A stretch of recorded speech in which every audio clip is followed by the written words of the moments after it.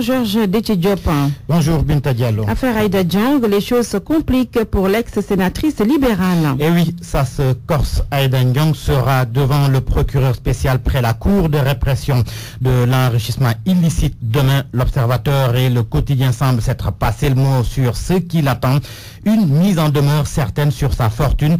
Aïda Ndiong, cliente spéciale de la CREI selon le Quotidien. Aïda Ndiong, mise en demeure par la CREI ce vendredi, ajoute le journal du groupe Futur Média. Le procureur spécial Alioune Ndao s'intéresse aux 47 milliards trouvés dans les comptes de l'ex-sénatrice libérale. Et Aïda doit donc prouver l'origine licite de cette fortune. Elle devra aussi garder son mal en patience pour ce qui est de la requête aux fins d'annulation des poursuites. Cela du fait d'un nouveau renvoi, le 1er avril selon le Quotidien. Mais la décision n'est pas encore connue. Et c'est parce que la chambre d'accusation est remaniée pour un autre jugement, du moins si l'on en croit l'Observateur qui renseigne en filigrane que les sages de la chambre d'accusation avaient pourtant pris une décision sur cette affaire. Seulement, on risque d'assister à un retour à la case départ. Les juges qui ont tranché sur cette affaire ayant été dessaisis par les autorités de la Cour d'appel. Mais que soupçonne la Cour d'appel? Walfadjri L'Aurore se pose la question. En tous les cas, selon mon confrère, certains soutiennent que la chambre d'accusation allait rendre une décision favorable à Aïda Ndiong. Une décision qui n'est pas favorable aux organisateurs du prochain sommet de la francophonie.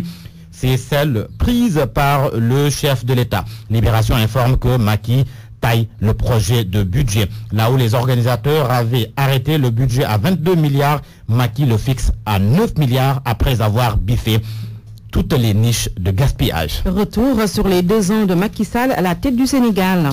À la une du Soleil, c'est son premier ministre qui dresse un bilan satisfaisant, non sans indiquer dans Sud Quotidien que le peuple est le meilleur bénéficiaire et meilleur juge. Le jugement de Fadel Barro de Y'en a marre est loin de recouper celui qu'attend Aminata Touré. Dans l'Observateur, le coordinateur de Y'en a marre dit ses craintes et indignations d'hier, aujourd'hui, plus que jamais d'actualité. Cela parce que, à son avis, les 2 ans de Macky ne sont pas du tout rassurants.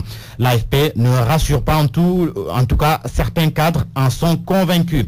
Le Populaire nous apprend que le parti de Niasse est au bord de l'implosion. En cause, le soutien du secrétaire général de l'AFP à Macky Sall, l'Alliance nationale des cadres progressistes divisés.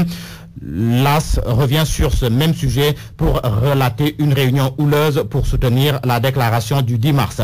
L'AS nous fait savoir que les cadres de l'AFP désavouent Niasse et Alioune Sarr, des cadres supposés proches de Malick Gakou, expulsés de la salle, à lire dans l'AS.